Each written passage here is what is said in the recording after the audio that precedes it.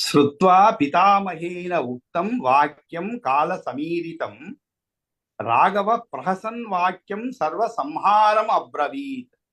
కాబట్టి రాఘవుడు శ్రీరామచంద్రుడు ప్రహసన్ అంటే ఒక చిరునవ్వు అర్థం అన్నమాట.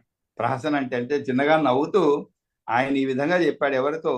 ఆ కాల పురుషుడితో నవ్వుతూ శ్రీరామచంద్రుడు ఈ విధంగా చెప్పాడు. ఇక్కడ కాల పురుషుడు అనే దానికి సర్వ సంహారం అంటే అందరినీ చంపేటువంటి అర్థం. కాల సర్వ సంహారం అబ్రవీత్. ఏమని చెప్పాడు ఇంతకీ? శ్రుత్వా మే దేవదేవస్య వాక్యం పరమం అద్భుతం ప్రీతిరిహి మహతీ జాత తవ ఆగమన సంభవ.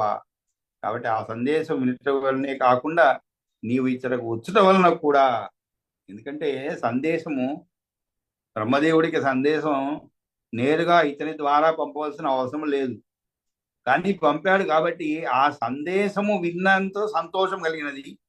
ఆ సందేశము నీవు తీసుకొని వచ్చినందువల్ల, నీవు నా ఎదురుగా నిలిచినందువల్ల నాకు ఇంకా సంతోషం కలిగినాను.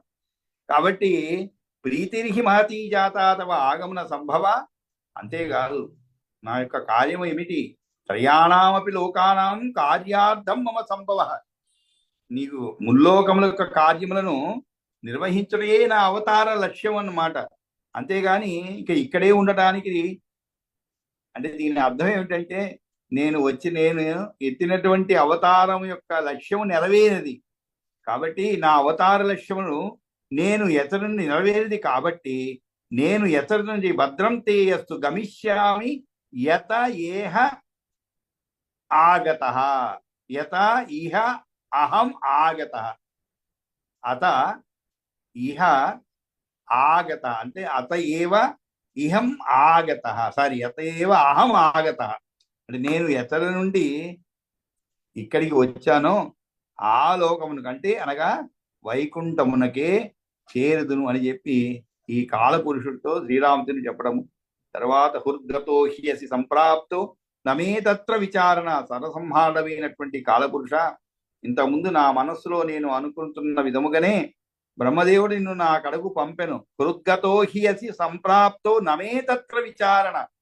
హృద్గతో అంటే ఏమిటి? నా మనస్సులో మనం కూడా అనుకుంటుంటాం ఒకేసారి, ఏదైనా బలాన్ని వాళ్ళు వస్తే బాగుంటుంది అని చెప్పి. ఆ విధంగా అనుకున్న మరుచడం అంటే రాత్రి ఎప్పుడో మీరు అనుకొని ఉంటారు మాటల సందర్భంలో, వాళ్ళని చూసి చాలా రోజులు అయింది వస్తే బాగుండని.